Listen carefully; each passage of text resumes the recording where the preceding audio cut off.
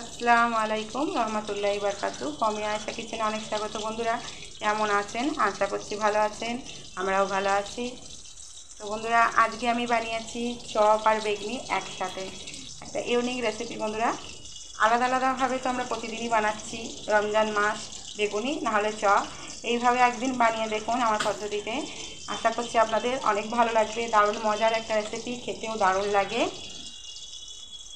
প্রথম থেকে ভিডিওটা শেষ অবধি দেখার অনুরোধ রাখলাম। বন্ধুরা নতুন বন্ধুরা সাবস্ক্রাইব করে দেবেন, পুরনো বন্ধুরা যারা পাশে আছেন তাদেরকে অসংখ্য ধন্যবাদ পাশে থাকার জন্য।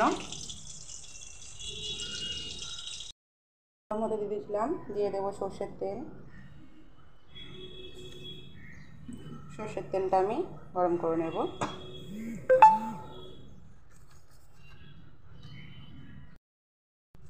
গরম হয়ে গেছে, এবার দিয়ে দেবো একটা পেঁয়াজ, আমি ছোটো পেঁয়াজ কুচিয়ে রেখেছিলাম, এটাকে দিয়ে দিলাম। এটাকে আমি ভেজে নেব। পেঁয়াজটা ভাজা হয়ে গেছে, এর মধ্যে আমি অল্প একটু আদা রসুনের পেস্ট দিলাম, দেখছেন একদমই অল্প দিয়েছি, নিয়ে নেব। হালকা একটু পানি দিলাম যাতে পেঁয়াজগুলো জ্বলে না দেয়। এবার দিলাম লঙ্কা গুঁড়ো, দিয়ে দেবো হলুদ গুঁড়ো, আর দিয়ে দেবো জিরে গুঁড়ো।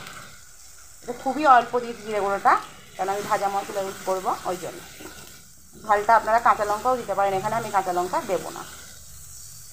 একটু হালকা হাতে শুধু জাস্ট নেড়ে ছেড়ে নেবো।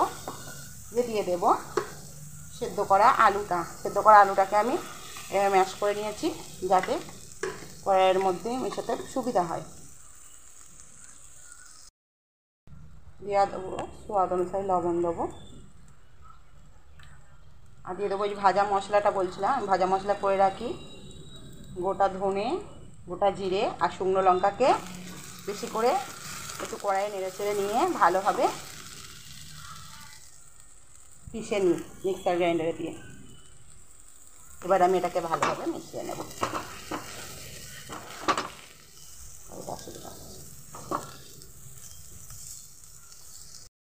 খুব সুন্দরভাবে মিক্স করে দিয়েছি। কড়াই থেকে দেখুন কড়াই লাগা লাগা হচ্ছে না, ছেড়ে ছেড়ে গেছে একদমই, গ্যাস এখনও জ্বলছে।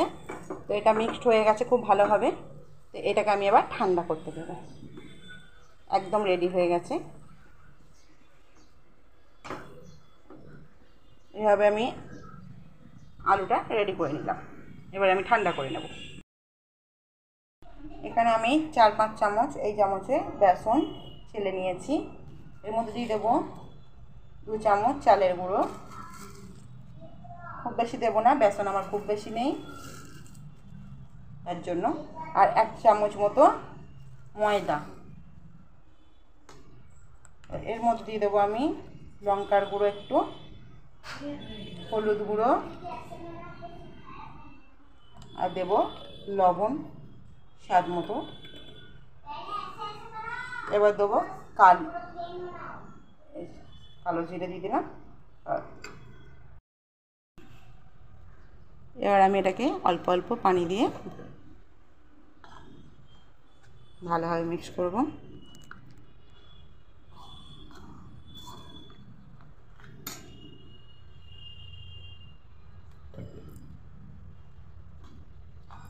আর এটাকে ভালো করে গুলে নেব।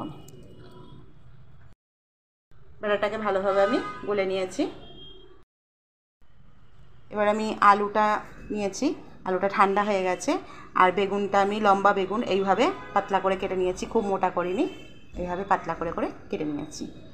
এবার আমি আলুর যে পুরটা আছে এইভাবে আমি দেখিয়ে দিচ্ছি, এইভাবে লম্বা করে করে সবগুলো নেবো। আমি মাঝারি সাইজে 2টো আলুকে করেছি, এবার আপনাদের যেমন ফ্যামিলির লোক সেইভাবে নেবেন, 2, 3, 4টে মশলাটা বানাতে। আমাদের অল্প লেগেছে তাই অল্প বানিয়েছি, এইভাবে বানিয়ে নেব। এখানে নিয়ে নিয়েছি বেগুনটা, এখানে এইভাবে দিয়ে দেব, দিয়ে ফোল্ড করে নেব। এই যে এইভাবে ফোল্ড করে নিলাম, দিয়ে নিয়েছি। নিয়ে আমি টুথপিকটা ভিজিয়ে রেখেছিলাম 2-5 মিনিটের জন্য, টুথপিকটাকে গেঁথে দেব এইভাবে যাতে খুলে না যায়। আর একটা দেখিয়ে দিচ্ছি, এইভাবে নিয়ে আলুগুলোকে এইভাবে বানিয়ে নিলে খুব সুবিধা হয়ে যায়, বানানো ঝটপট ঝটপট করে বানানো হয়ে যাবে। আমি বেগুনগুলোতে কিচ্ছু নুন হলুদ মাখাইনি কো, শুধু বেগুনগুলো কেটে আগে ধুয়ে নিয়েছি, তারপর কেটেছি। এইভাবে সবগুলোকে আমি এইভাবে বানিয়ে নেব। সবগুলোকে বানিয়ে নিয়েছি এইভাবেই, দেখুন। তো আমি এটা ব্যাটারের মধ্যে এভাবে ডুবিয়ে নেব। কড়াইয়ের মধ্যে তেল গরম হতে দিয়ে দিয়েছিলাম, এবার আমি দিয়ে দেব। তেলটা প্রচুর পরিমাণে গরম করবেন না, এরকম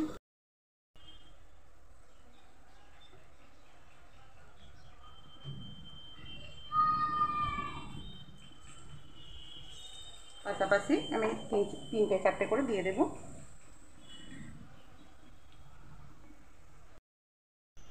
গ্যাসের তেলটা এবার একটু জোর দিয়ে দিলাম।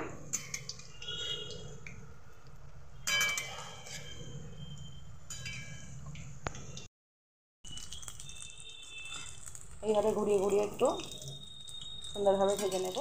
দেখুন কতটা ভাজা হয়ে গেছে, কালার চলে এসেছে। এবার এগুলোকে আমি নামিয়ে নেব। বাকি যেগুলো ছিল তিনটে, সেইগুলোকেও আমি ভেজে নিলাম সুন্দরভাবে নাড়ার করে।